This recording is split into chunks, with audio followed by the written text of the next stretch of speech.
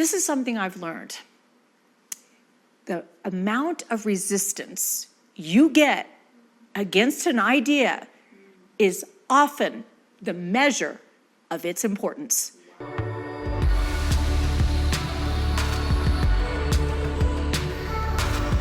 One way you can unearth your treasure is by beginning to write your way forward. Now, I want you to know, I've already mentioned, lost my jobs, so I'm at home. I've quit my job at the church as a bookkeeper, and I have something on my hands. It's called time. So I remember I took a yellow legal pad and some pens, and I decided to make a list.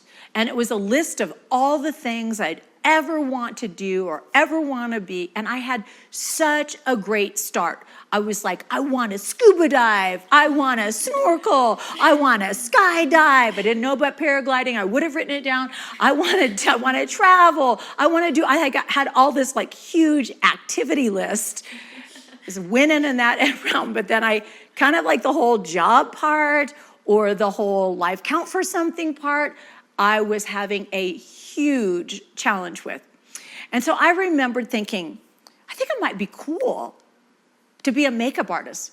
And as I started to write makeup artists, I heard in my head, who would ever want you to do their makeup? You can barely even do your own makeup. You have one eye. But then I remembered, wait a minute, a makeup artist, it's not about them and their face. It's about making somebody else beautiful. So I wrote it down. Then I said, you know what? I also think I would love to be a TV producer. So I started to write it down.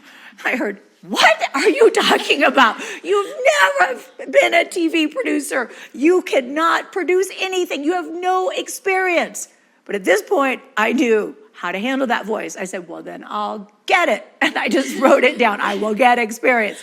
And then I said, I want a job where I can travel.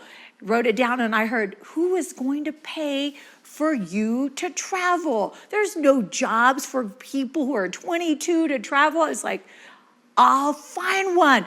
Wrote it down. Every single thing I wrote down, I remember hearing a voice contending against me. I said, I think I'd like to be a minister, not to women, just be a minister. I think I just said minister in my mind. I'd go to the jails. I think I'd like to just be a minister. And I heard, you kidding me with your past? Then I thought, well, maybe I'd write a book one day.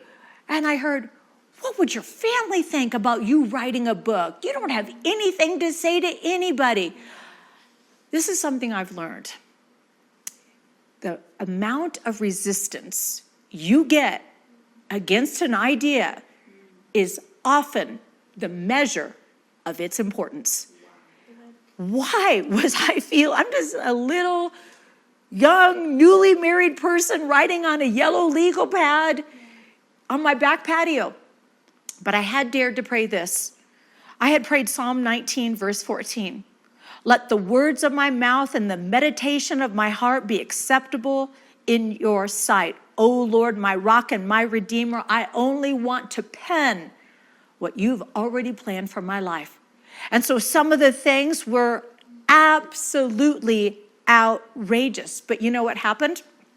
Things began to move and shake in my life.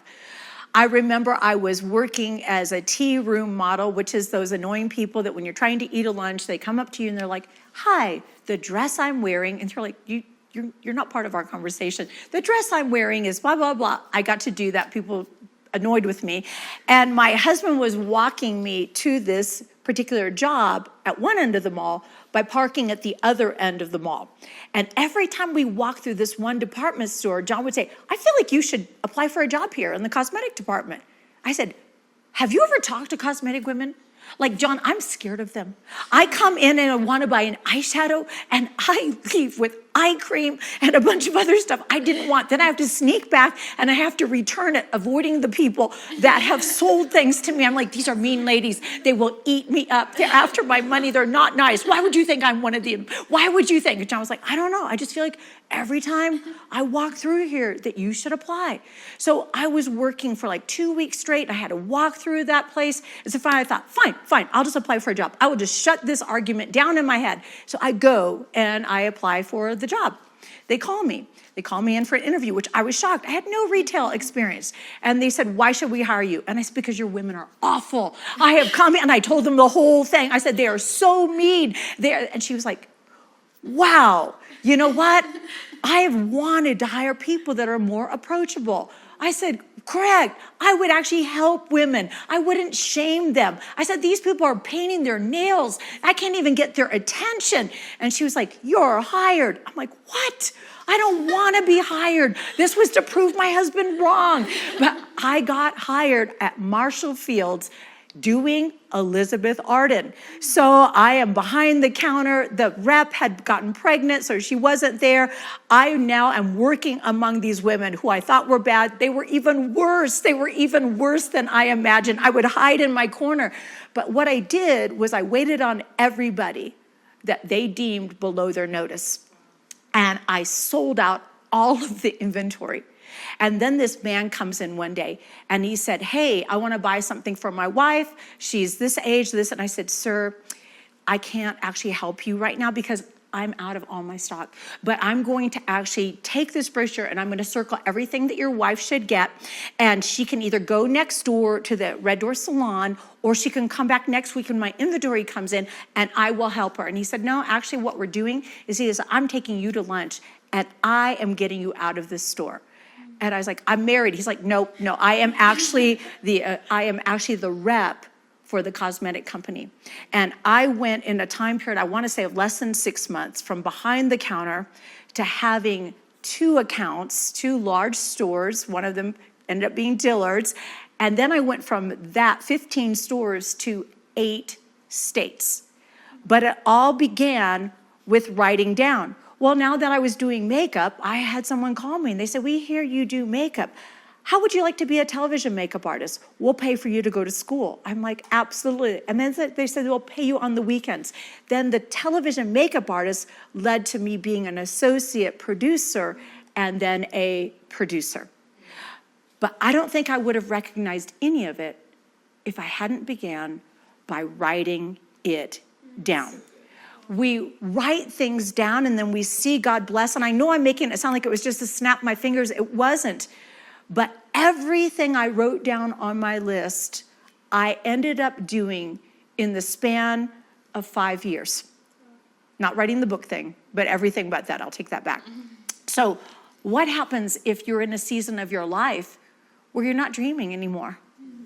Then it's time for you to start a new list. You are a godmother in the making. You don't know what is on your life, or you're a goddaughter who's afraid and quaking that nobody is going to notice what's on her. I need you guys to begin to write down some lists so that you begin to recognize God's pattern in your life and God's opportunities when those doors open. So we're going to write our way forward. So again, I know there's a lot of people that are like, right. I'm not talking about write your desires. I'm actually asking you to write the things that God has actually written on your heart already. I'm not going to ask you to write about, I'm going to own this or I'm going to have that. Yeah. I want you to write the things that God is challenging you to be in your life and let him add the other things. The Bible is so clear that as we seek the kingdom of God and his righteousness, he'll add things. Too many people are writing down things and not seeking God and his righteousness. So just let him add those things. And so here's the thing. We want to write things down, but don't share it with people that are just going to tear your dreams up. I remember I had my list, and when John came home, he was surprised. He was like, wow, okay, TV producer, that was unexpected. But there was some things that he actually was like, wow, now that you say that, I can see that. And then he added to my list. He was like, well, what about this? If you were doing that, wouldn't you also be really good at this? And we dream together. You don't want to take your dreams to people who don't know how to nurture them and protect them. Yeah. You want to bring your dreams to people who are going to add to your list or help you like refine your list, but not people who are going to say, that's stupid. You can't be that. You can't do that.